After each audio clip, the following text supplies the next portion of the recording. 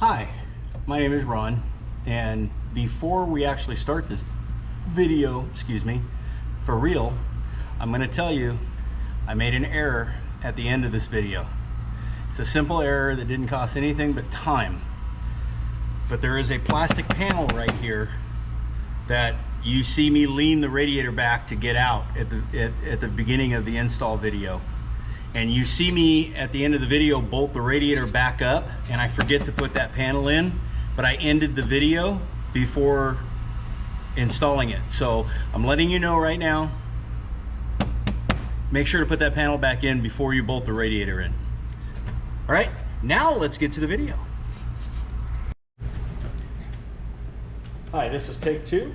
And my name is Ron. I am the owner of Mobile Fix Automotive, and I'd like to welcome you to this video that I am going to share with you on a 2018 Chevy Tahoe 5.3 liter that has an inoperative air conditioning system. And I'm going to shoot this video not only to show you how to diagnose it if you can, I'm going to show you where the problem is. And I can tell you that in the last probably 5 years at this shop that I've been here, this is probably the 25th or 26th one of these things that I've had to do. And it's always the same part. Well, okay, there's been a couple of compressors, but there's 25 or 26 of these that have come in. Literally, it's almost always the AC condenser, and it's always cracked in the same spot. Now, in 2007, when I don't know when the body style first came out for the special front end that this thing has, but I know it was around 2007.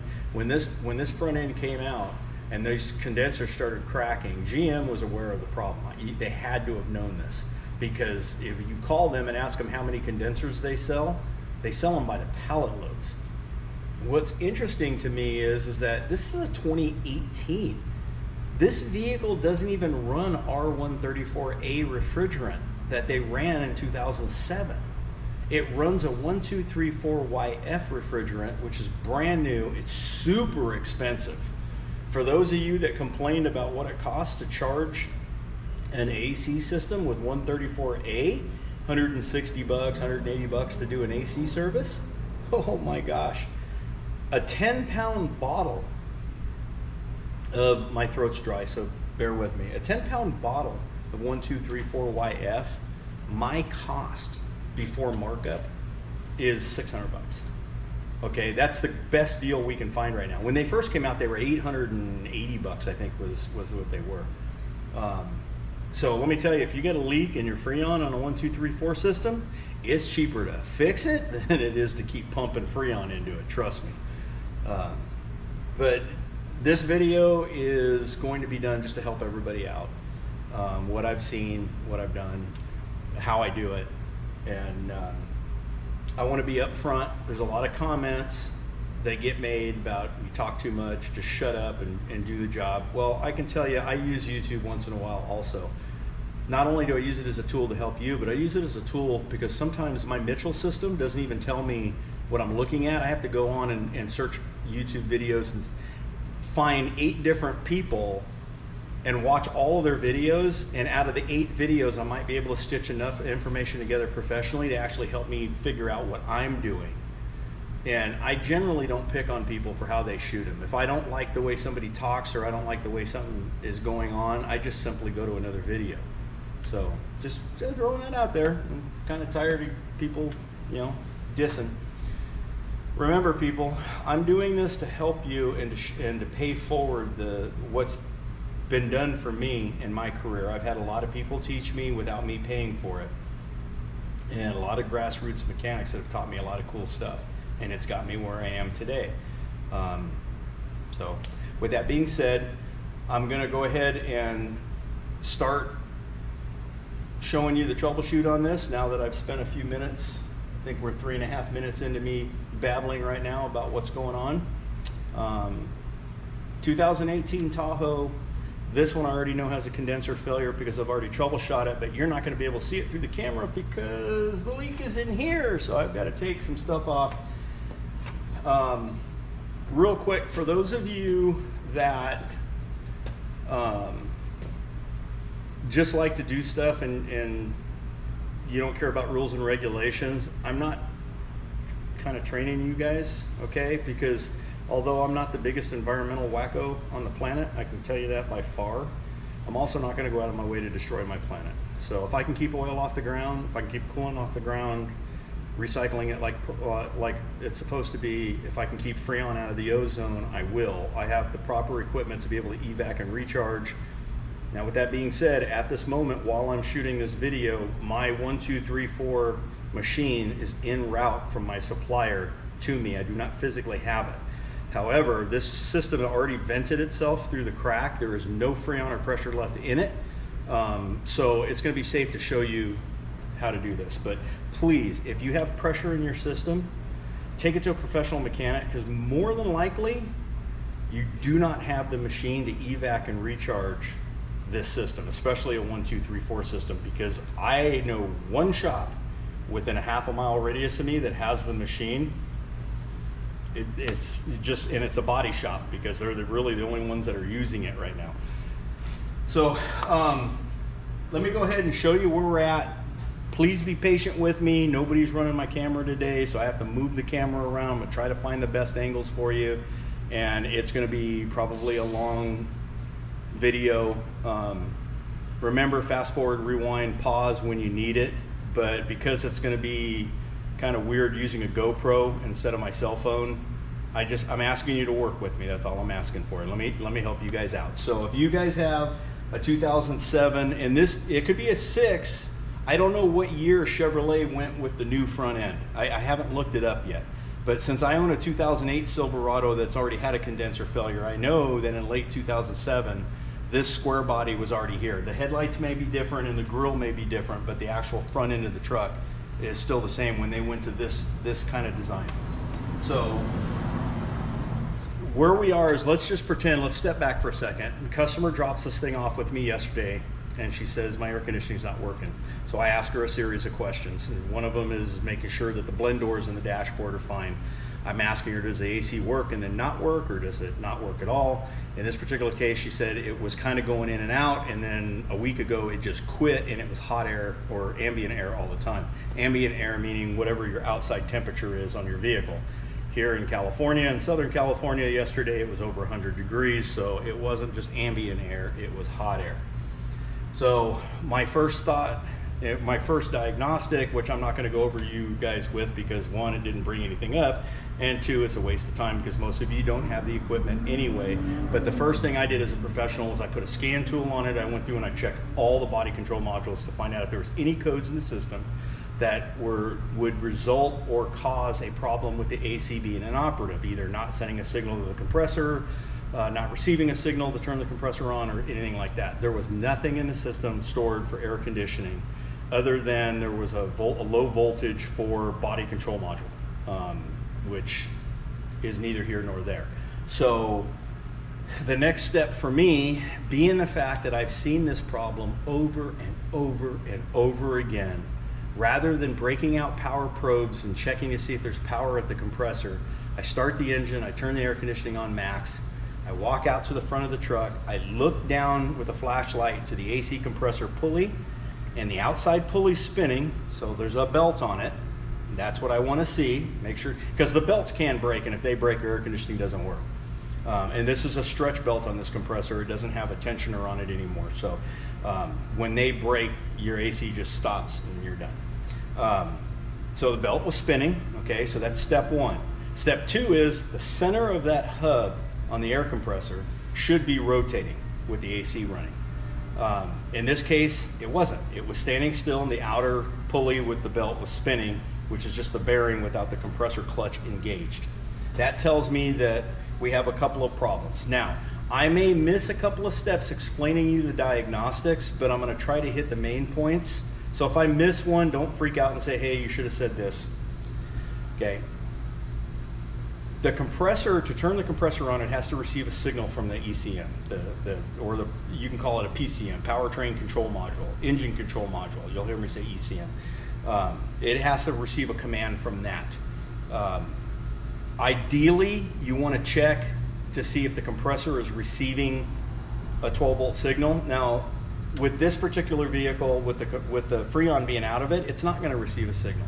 So you could theoretically check the power wire on the compressor and go, there's no 12 volts to it, so it must be a relay or a fuse.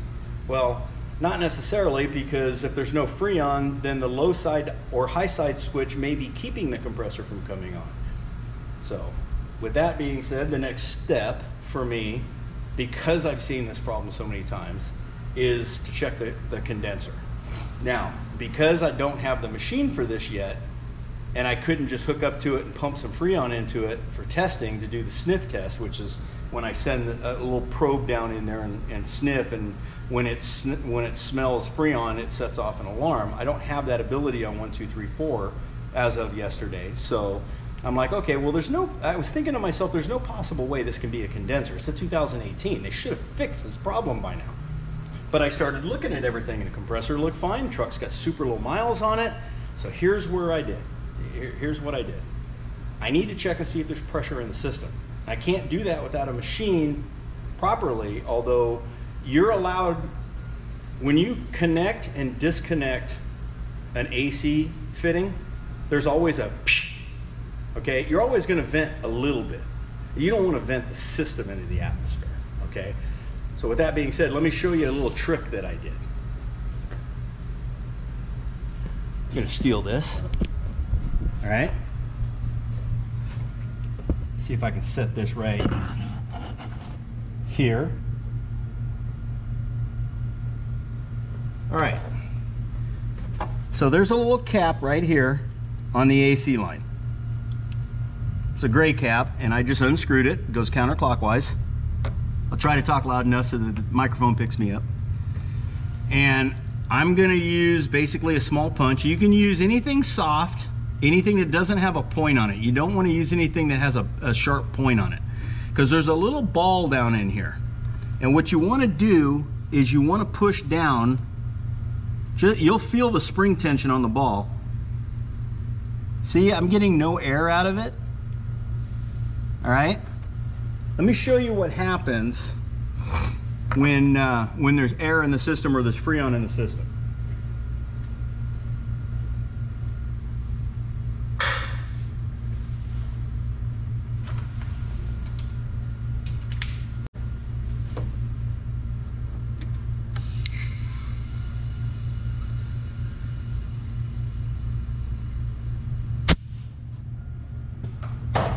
Okay, so for those of you that are professional mechanics that have just had a conniption because I just put an air blower onto an AC system, I want you to remember that when you evac these systems with the machine for an hour, it removes moisture. That's the primary goal of the vacuum pump.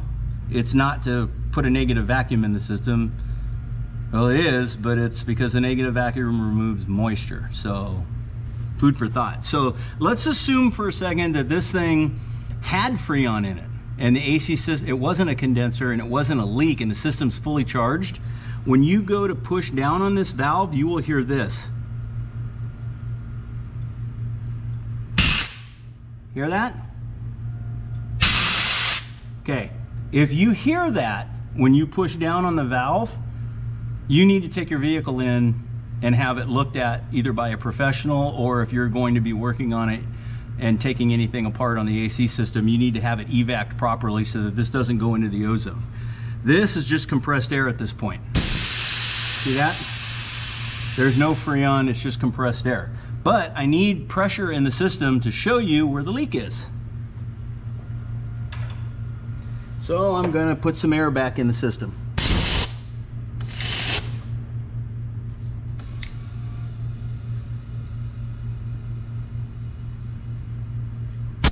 All right, so my air compressor is charged up to about 120 PSI, and the static pressure in a air conditioning system when it's not operational is usually between 100 and 150. So we're within operational limits on the air pressure. And the next step for me is I need to remove this panel right here to show you what we're looking at, okay? And there is a whole bunch of these little clips right? They're all over the place. We're gonna pull all those off. And I think what I'll do is I'll let you watch me do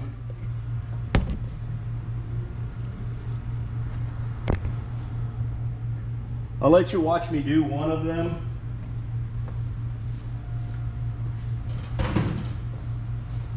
I know I've got to remember to stop talking when I'm not looking at the camera because the microphone's not that strong on the GoPro.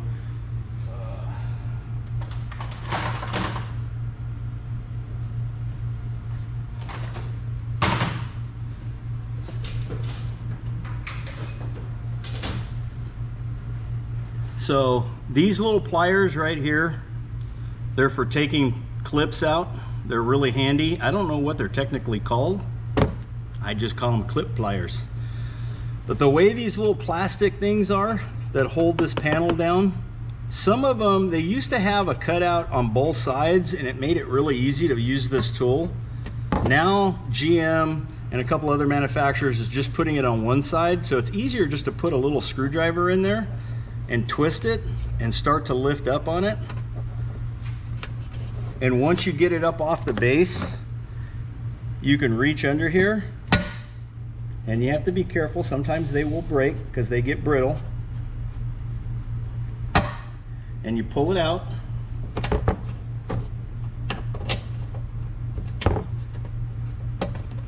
And then you just pop that out and that's off. So with that being said, I am going to put you back over here.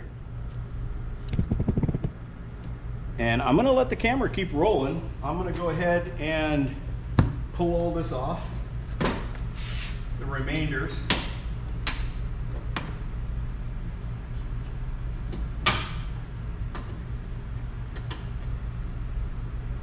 If you'd like, this is a good time to fast forward. Because like I said, I don't have anybody to pause. I don't have anybody to pause the video.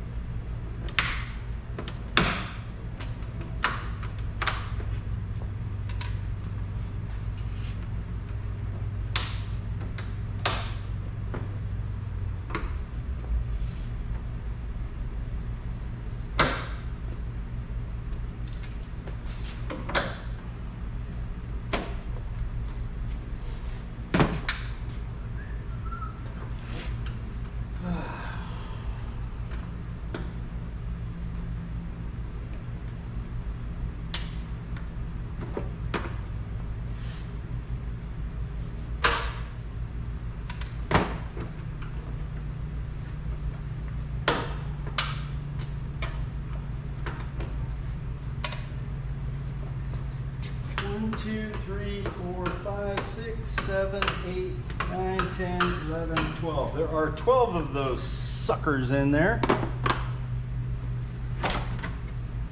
We're going to take this panel off. See that? Look at that panel. All right, that's beautiful. Set that sucker aside. Now what I meant by this particular front end, let me give you guys a nice little wobble here. See this piece right here? It is welded there, there, there, and there. I did a video a while back and I cut that out, took that bolt off, and I pulled the condenser out through the top, and then I tack welded that thing back in. Then I found out later on you don't have to go through all of that. Even though the book said you had to take the front end off, I found another way around it. But where this sucker is leaking is down in here, and I need to make some access for you. So what I'm going to do right now is pull a couple other things out. One of the things I need to pull out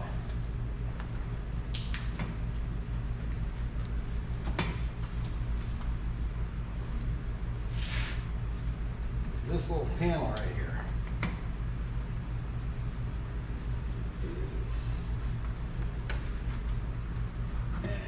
These things change year to year for me. Sometimes they're easy, sometimes they're not.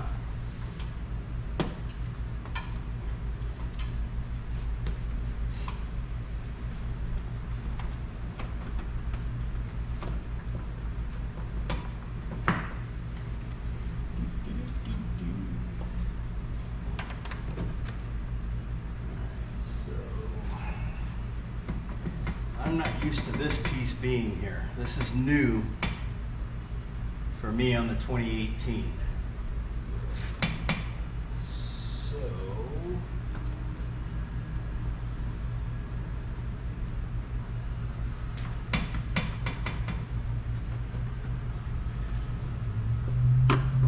I am going to place you on hold until I figure out what I'm doing. Okay. Let's see if we can get a view of what I'm doing here.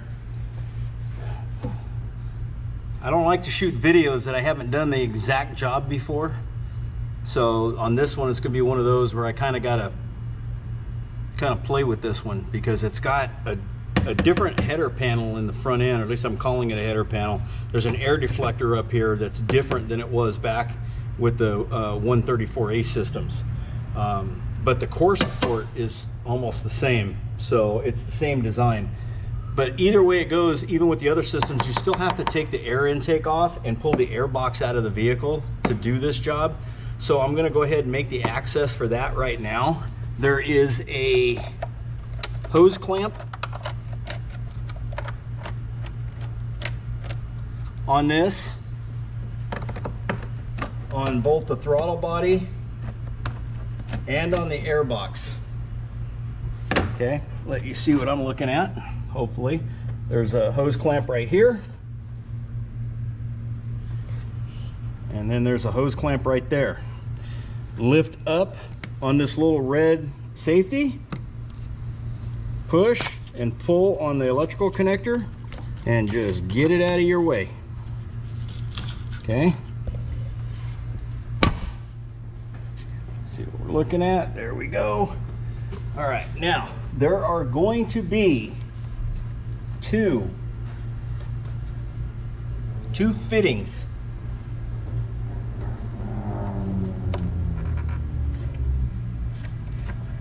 that you have to disconnect.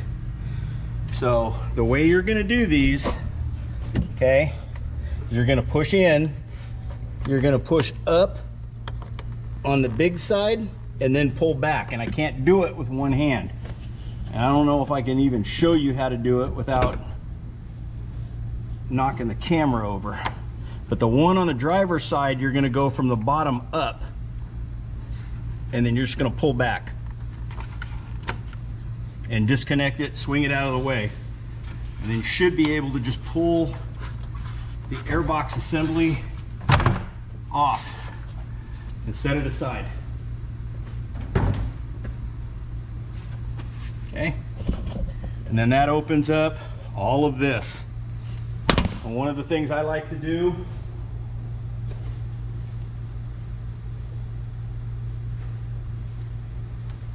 is we have just now exposed our throttle body assembly, which is a direct hole to the pistons. You don't want debris down in there. Okay, brand new fresh rag. You can use a good clean shirt, whatever you want. Just put something on there. That way things, when they flick around, won't get in there. Okay, now when I go to lay this radiator back, there's two bolts. There's a 13mm bolt on the driver's side here, and there's another one on the top of the radiator over next to the air box. Walk you over, and it is right here. Okay, these two screws or bolts have to come out to be able to lay the radiator back, to be able to pull this condenser. Let's see if I can find a nice spot for you to sit.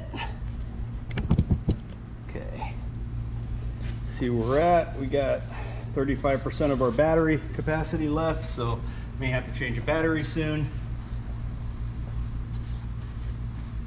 All right, so I need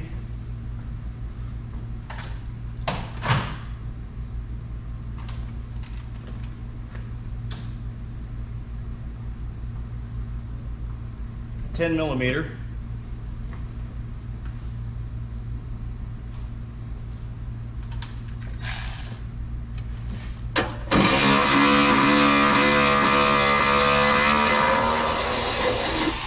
I'm taking off.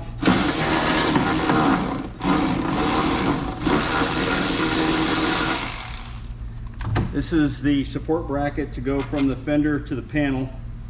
And I always take the bolt on the fender side because it actually threads into this little bar.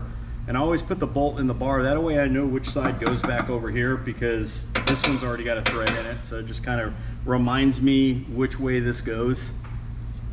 I just set this up in here, up on the cowl.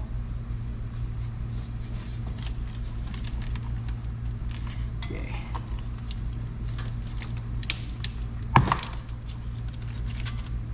All right. Let's see if we can pop this sucker up out of here. Just lift up on the air box. Get the hoses kind of out of the way. And there's these little grommets that just push in at the bottom. Let's see if I can show them to you. So it's not, the air box isn't bolted in on these. They're just popped in. Sometimes they're a real booger to get off.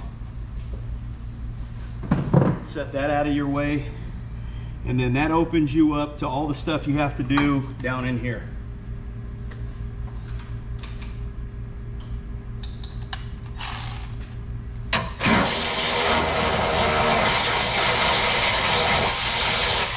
Taking the radiator bolts off right now.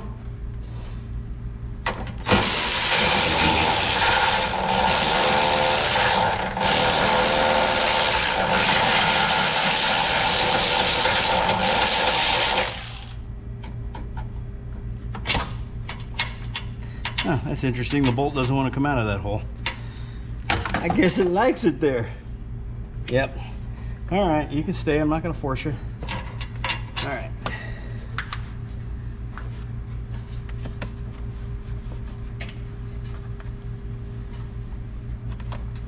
So I need to get this little piece of plastic out off of the front of the radiator.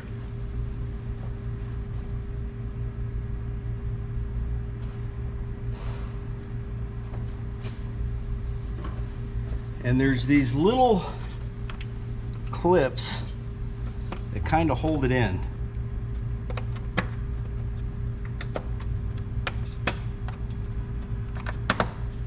So you have to kind of have to fiddle with this to get it off.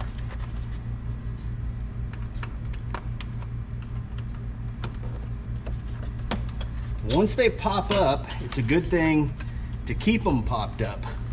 Otherwise, they'll just, when you go to do the next one, they'll just snap back down on you, and then you're right back to playing figure it out.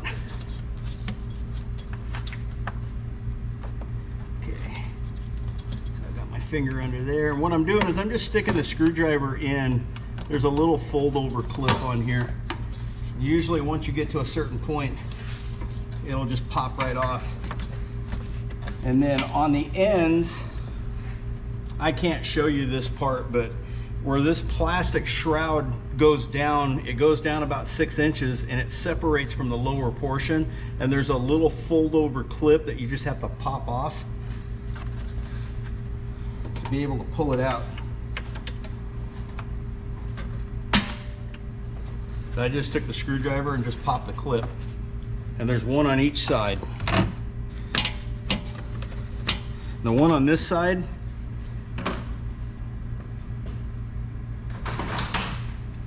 I actually do with this cool little tool right here that's got a big long hook on it, because my big old fat hand doesn't fit down in here on this side very well. And it doesn't even always pop off. There it goes. All right, now on the older trucks, this thing used to just slide out. I don't think it's gonna just slide out anymore. So what I'm gonna try to do is see if I can pull the radiator back far enough to be able to get it to come out.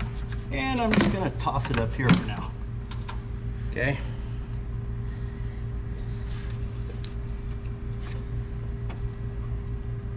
Now,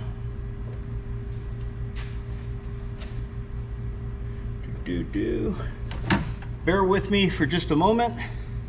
I'm gonna do a pause, make this another portion, and I'm gonna go get my special chemical that I created to find the leak, and then I will share with you where the problem lies. Stand by. Okay, so I'm back. Took me a second. I had to go make myself some special formula. So what this is just a general everyday spray bottle, and it has, this is the cheater way of doing this. I go down and I buy myself bubbles, just a container of bubbles, and after I blow my first couple bubbles to amuse myself, I take and I pour about half that bottle into here, and then I put 3 or 4 inches of water on top of it, and I shake it up, and now I've got myself a bubble formula, right? So I'm gonna take it and I'm gonna spray down in here on this condenser. Now we're under pressure. Remember, I put some air in the system, so we have 120 pounds of air pressure in the system. And what we are gonna look for, I'm talking away from the camera again, I'm sorry. What we're gonna look for is we're gonna look for bubbles.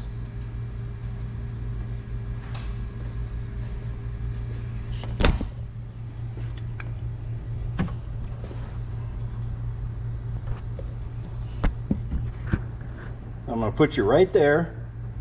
I don't know if you can see it. See these bubbles right here? That's where the condenser cracked. Okay. Give it a little bit of light. So if I take and I spray bubbles on there, I don't know if that made it better or worse with the light, so I'll take the light off, or I'll put the light on. And I will get a pointer screwdriver, just so that once again you can see where the bubbles are coming from. See these bubbles that are happening right here? Okay, you don't see that anywhere up and down, but that's where the AC condenser, the top port of the AC condenser, goes into the it's basically the desiccant dryer, and that's where it's leaking, and that's where all the Freon went. So now we have to get that piece out of there.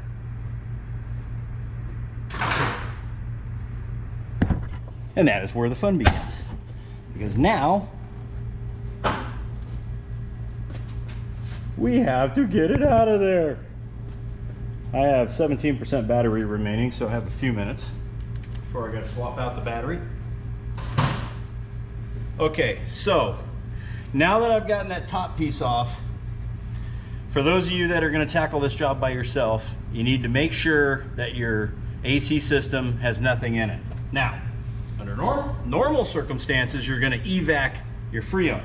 In this particular case, there is no Freon. It all evac'd out, so the only thing in there right now is compressed air. Compressed air is not an environmental hazard as of yet. Give them time, it'll probably come up on the list.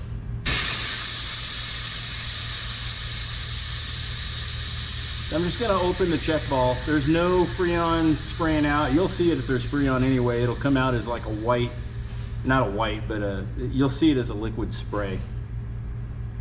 Okay, so I just don't want to unhook any hoses and have them go boom on me.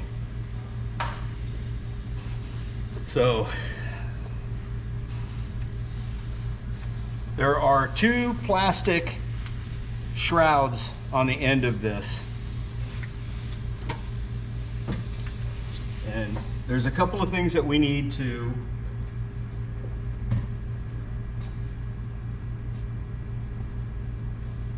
deal with. We're not pulling the radiator on this one, so we don't have to worry about disconnecting the radiator stuff, but there is some lines over here and a bolt over here. The actual condenser itself is actually held into the radiator by just setting in it with a clip. There's no bolts actually holding the condenser to the radiator. The bolts are just kind of like associate stuff. So with that being said,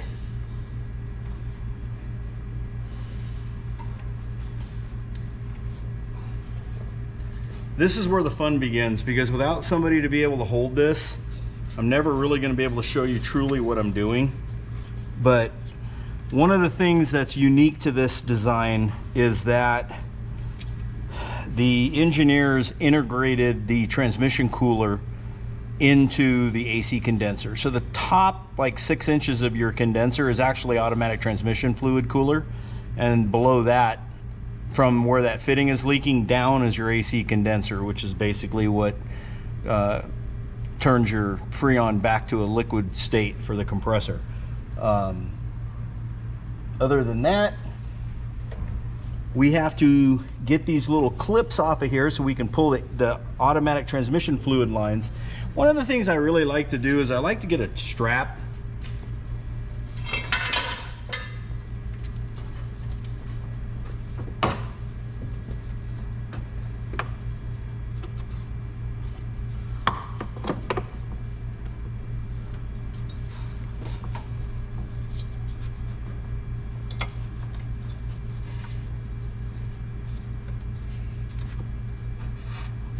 And I basically want to pull back on the radiator as far as I can without breaking anything, without stressing everything.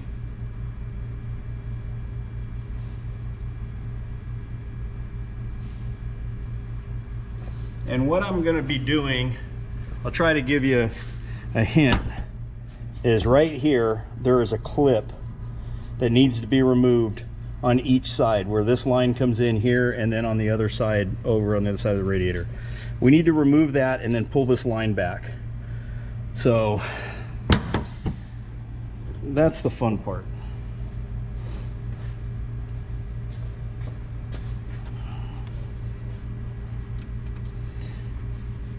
I use a little pick. And you just need to figure out where the ends are. There's 2 ends on this thing. My eyesight's not what it used to be, so it's really hard to see where the ends are. I usually just put my pick, and once it starts pulling on it, I know I'm at the end. There we go. Okay, so once I get it up on the top of the, I don't even know what this fitting, I can get the pick down in there to just pull it. See if I can get this off without dropping it. I dropped it. I'm sorry. I was going to show you what it looked like, but instead I sent it into La La Land.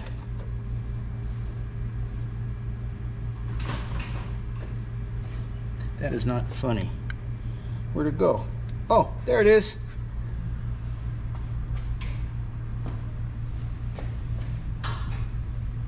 That is why we have these things called magnets. Dun, dun, dun. Okay, normally you don't have to retrieve this because a brand new condenser should come with a new one, but the little part that I took off is that little thing right there. So what I was trying to do was pry out these little clips and then hook underneath it and then get it out. And then once that happens, you can just pull that line off.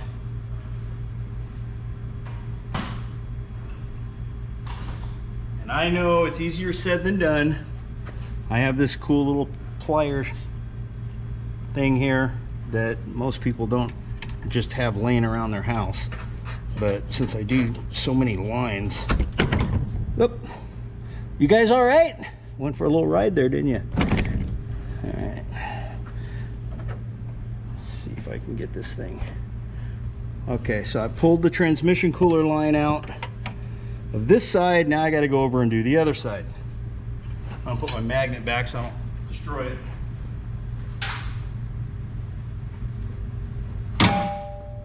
And there's a little black cap that sits over top of this that you just have to kind of pop back. And this one went a lot easier, you know, the one that's not next to you guys, and I didn't drop it. Gotta love it. All right, so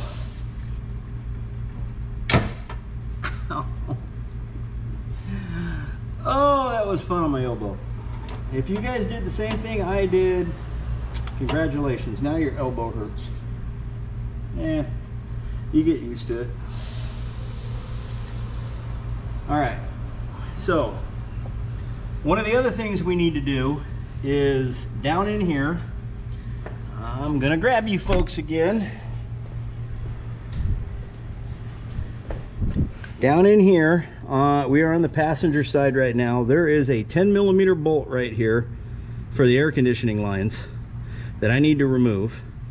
And then there is a air conditioning hub assembly for the condenser that needs to be unscrewed. Now, sometimes it's easier to pull this bracket. It all depends on what you folks want to do and whether or not you're contortionist enough to be able to get down in there. But that's what I'm going to be working on right now, is I'm going to be removing this 10mm bolt. It'd be easier if I had somebody that can hold this camera. Bear with me a second. We're looking down through the front. Let me show you where I'm at from outside. Coming in between the crossover and the front, we're looking straight down in there. See that 10mm bolt right there that's bright? That's the one we're going to take off. It's got a little plastic bracket that connects to the AC condenser lines. Okay, that's what I'm going to take that 10mm bolt off, and that's what I'm going to be working on right now.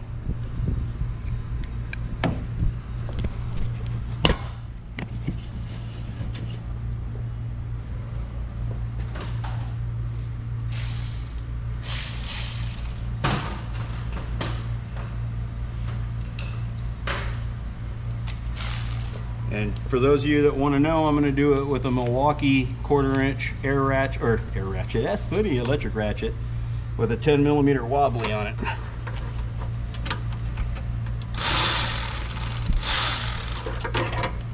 I said a 10mm, not an 8mm, so let me change that.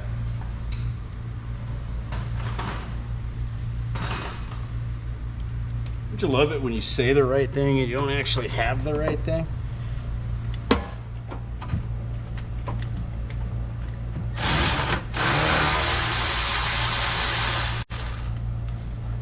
All right, putting this bolt back in is a whole lot more fun than taking it out. I see a lot of backyard mechanics just leave that bolt out on that plastic piece right there. And this plastic piece is a competency test all in itself, because you have to twist it in a really weird angle to get it to go in between the lines. So, but it's this piece right here. That's what you're trying to get out of there. Put that up in my bolt kit. And then what I need to do right now is I need to get to those air conditioning lines. Okay, and the best way to do it is to take out the battery tray for those of you that are not contortionists, which I am not. So I am going to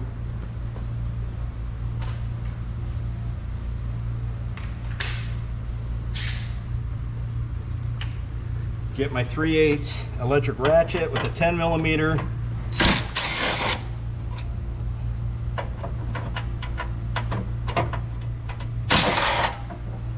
And I'm going to take out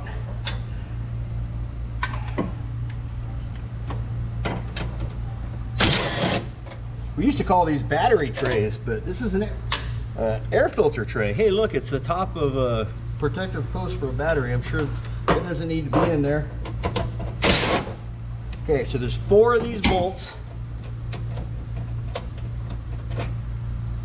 They look like that. The one I'm taking out is 10 millimeter. And then you pull what we would consider the battery tray out, but it's actually for the air conditioning, and just set it aside.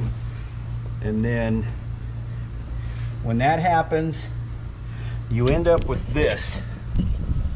And my battery's about to go dead, so I'm going to show you this, and then I'm going to switch the battery pack out.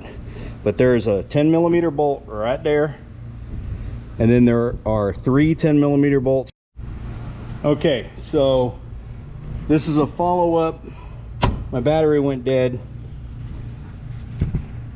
All right, so on this battery, what we consider the battery tray in the lower holder, there is a 10 millimeter bolt here, and then like I said, there's 3 here. Now out of these 3, the only one you have to remove is the one in the center. The bottom one and the top one you loosen up halfway, and this bracket will slide out, and I'll show you why I like pulling it.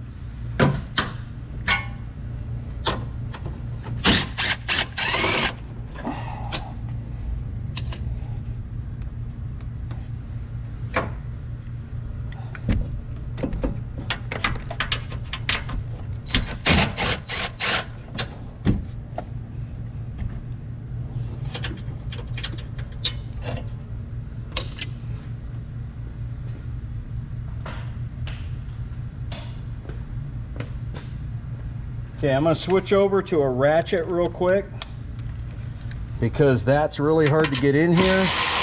And I'm just going to unscrew these bolts about halfway. And then if all goes right and I'm not embarrassed in front of you, this thing should, at least it used to. Oh, you know what? They integrated the second one on this unit. There's 2 bolts over here. There's the one on the overflow or dig gas bottle that's on there also. And then let me see what else they got attached. Oh, okay, I see what it is. They just have there's a little air conditioning clip holding the metal line on over here. Just put a little screwdriver in there and pop that sucker open.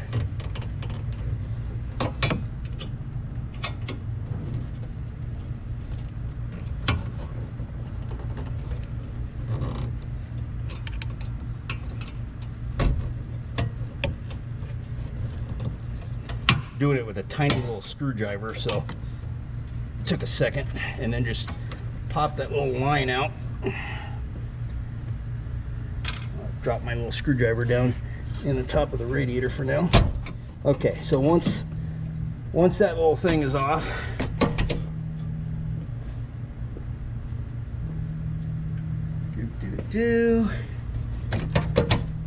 okay. All right, so normally I don't take these bolts out, but I think I'm going to because the video is making me kind of look like I'm not getting this right.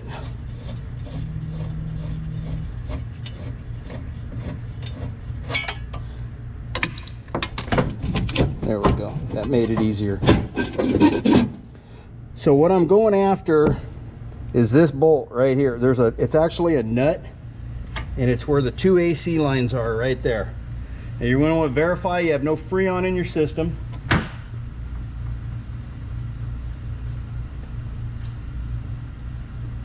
And I'm going to use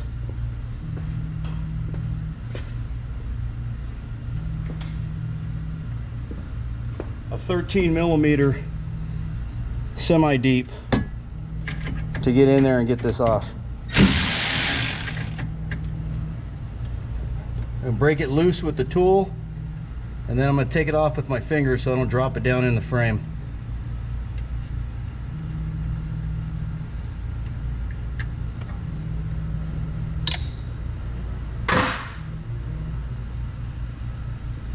All right, so once that's done, I should be able to just pry these things a little loose, and they should pop right off.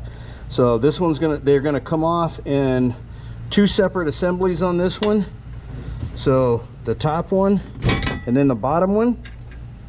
So if you haven't been able to see that because of lighting issues, you got this one, which is the top one, has the bracket built onto it, and then the bottom one is the smaller hose, so you really can't interchange the two accidentally. And then you've got the transmission cooler line that's out of the way. Now this is a perfect time, hopefully, for you to be able to see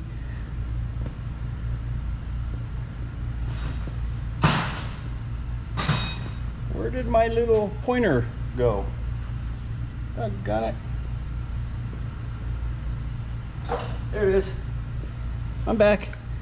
Okay, this is a perfect time for you to see how the condenser is actually held into this. It slides down into the radiator there and here. There's 4 points. Okay, so there's 2 at the bottom and 2 at the top. Now the bottom don't have clips, the top do. So to get the top out, what you want to do is you want to kind of pry this thing forward a little bit with a screwdriver. Or sometimes they'll just pop right out, but for me, they never just pop right out. For me, I almost always have to do the little clip. Now you want to be careful with this because this is the radiator, and if you break the radiator, then you got to go in and fix the radiator. So you just push in on this and lift up. Hopefully you guys saw that because I didn't have the ability to hold it, but it just popped up. Now I'm going to go do the one on the other side.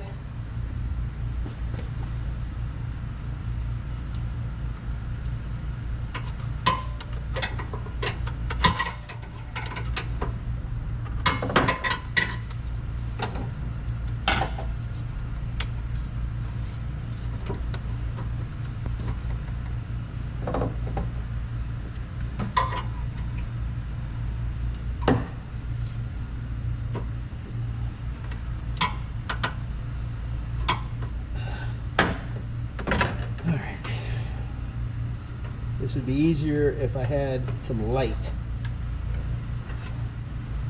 I don't have anybody to hold my light for me.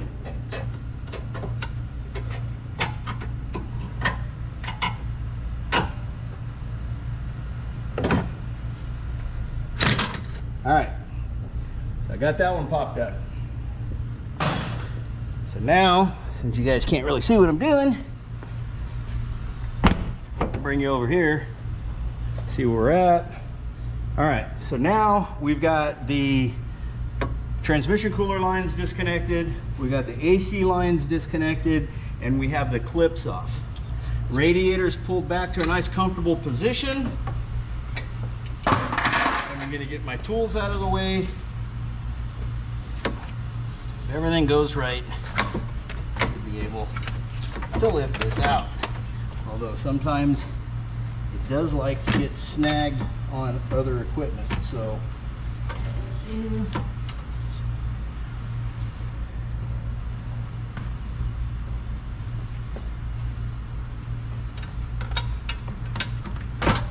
all right, so there's a little plastic tray at the very bottom of this that it got hung up on, and that's what I was pushing down to snap off.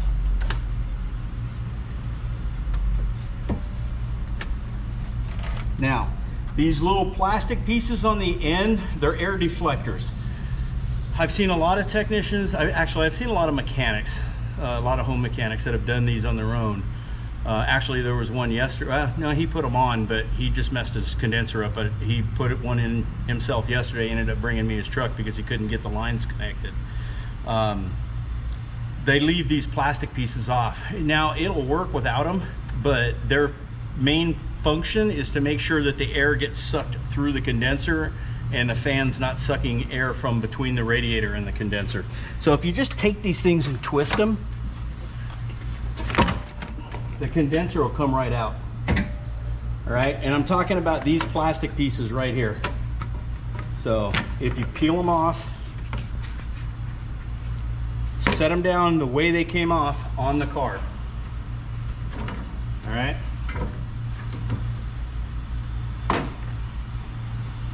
And here's your condenser right here.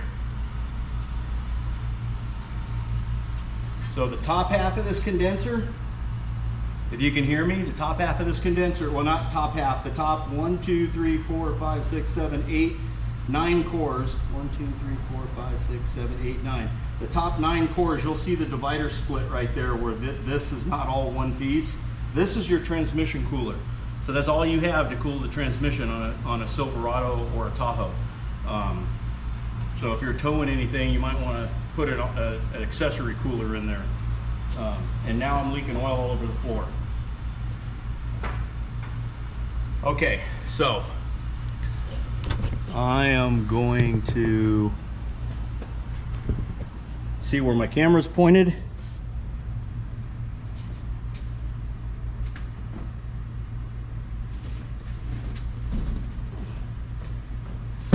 Normally, you guys see me and I will give you the part numbers.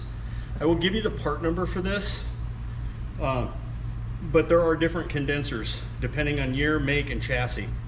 And then there's Molly makes one and AC Delco makes one. So you have to figure out which one you have. Don't ask me how to decipher that one. It's better off just call your dealership, give them the VIN number, and ask them if you've got a Mall or a Molly or a AC Delco. In this particular case, we're dealing with an AC Delco. Hopefully that I got it right. There's the part number. Now's a good time to use your pause feature because I'm not going to hold the box all day to be the pause feature.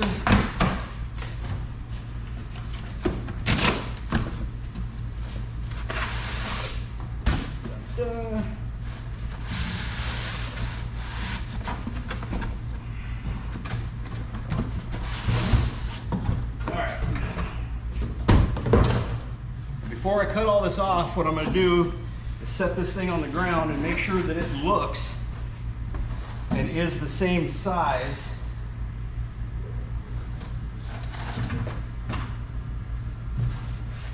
as the one I'm taking out.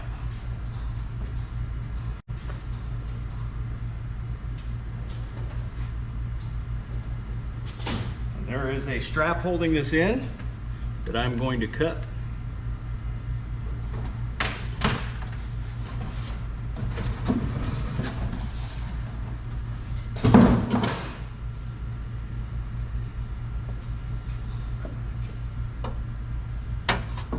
You want to be careful when you set this down that you don't mess up these cores.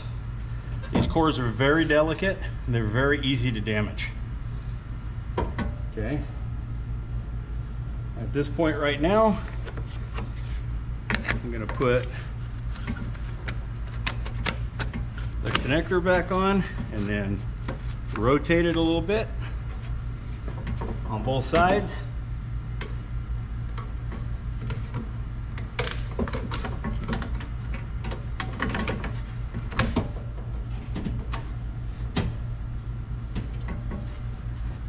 Now on this unit, there is a protector, 2 of them, that have to be pulled out. These are to keep debris and junk out of the system. You can leave those in there or you can take them out. Just don't get any debris in your system because you do not want debris in your AC. Take this thing and gently slide it back down in there. And then what you're going to try to do is those clips that we took out, you're going to try to get the bottom ones in first. Okay.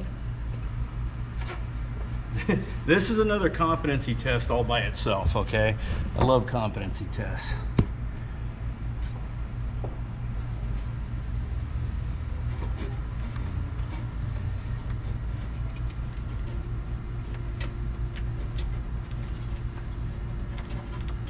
If you do this right, you can do the top and the bottom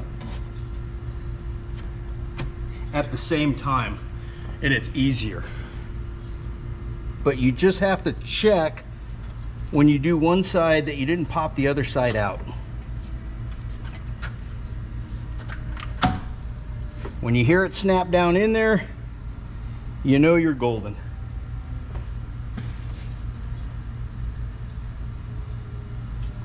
Okay, so now that that's down in there,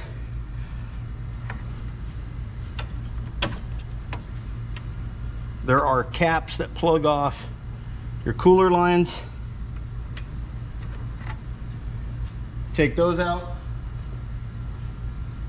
on both sides. All you have to do is just twist it, they pop out.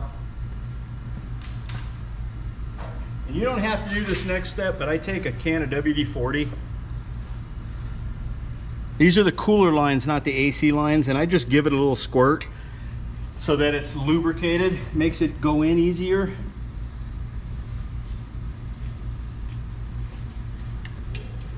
All the guys are probably making some sort of joke about that at the moment.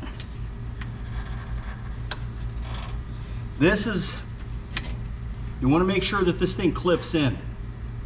Wiggle it and try to pull it back out. If you can pull it back out, you didn't get it clipped in, and you should feel it click. You really should. And then put the black plastic retainer back over top of it. Okay.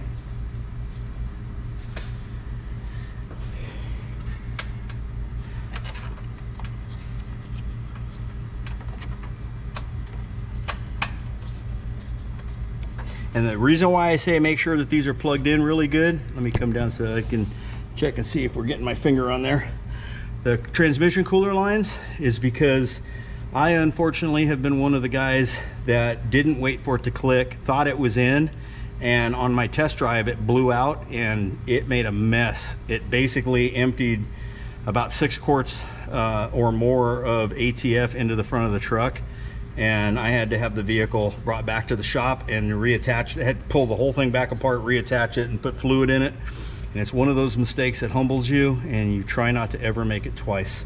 So I'm sharing that with you now. Once that's done, this is that little black retainer. It's a circle. Once you get your line in and you know you're clipped, snap it over top of that, and that's what keeps that spring clip from ever being able to vibrate off. Okay, at this point, we just need to straighten back out the air deflector. Make sure that our tray on the bottom is lined up. And then if everything goes right, when we bring the radiator back up, you should be able to look down in here, and the air deflector should be pointed in the right direction.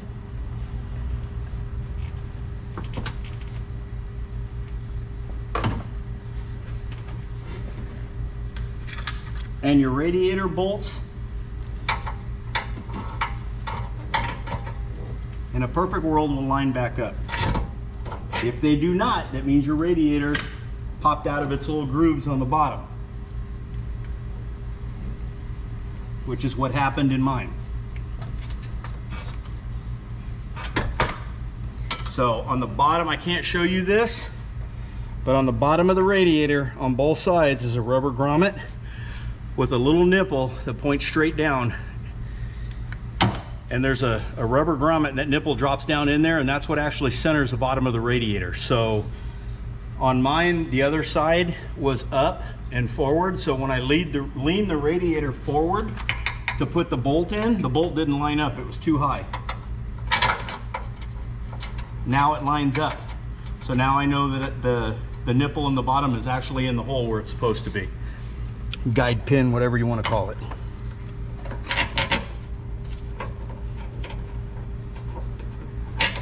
Now remember, these are 13 millimeters on mine. I don't know what size they are for yours.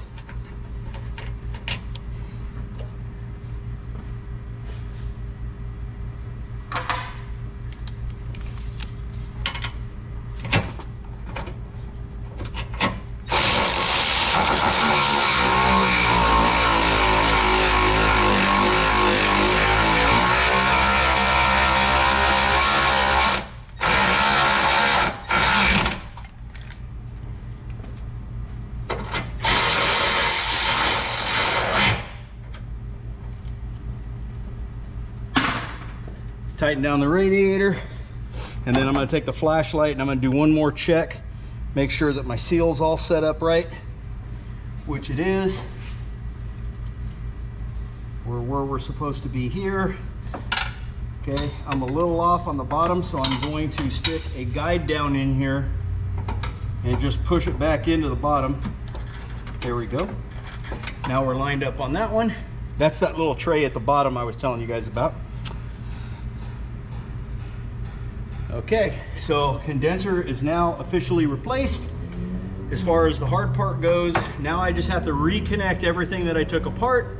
So you're welcome to look at the video from this point and just kind of go backwards and put all your stuff back together. And then the system, because it's been exposed to atmospheric pressure, is going to have moisture in it, especially since I introduced air into the system, and compressed air definitely contains moisture.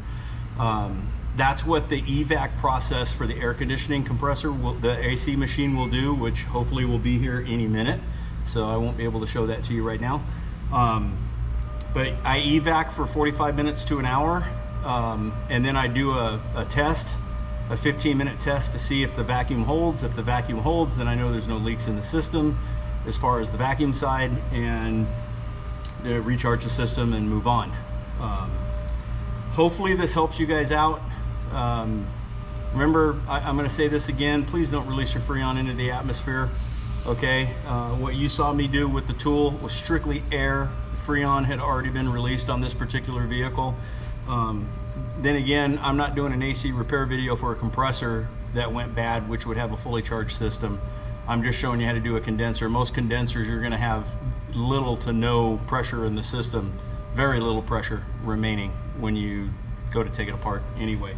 But you always need to check for safety, okay? You never wanna disconnect an AC system while it's under pressure. Things go boom, okay? Other than that, hopefully this helps you out. You know, like, subscribe to my channel. I'll keep trying to shoot as many videos as I can. And remember, for those of us that are trying to do this with I know you don't like the commercials, most people don't, but the commercials are the only thing that I make a profit off of, and it's very, very minimal. It's like pennies here and pennies there. So it takes a lot of viewers to watch a lot of commercials, it seems like, for me to make any decent amount of money. And it's not even really decent yet. I've got a long way to go for my followers and my revenue to pick up.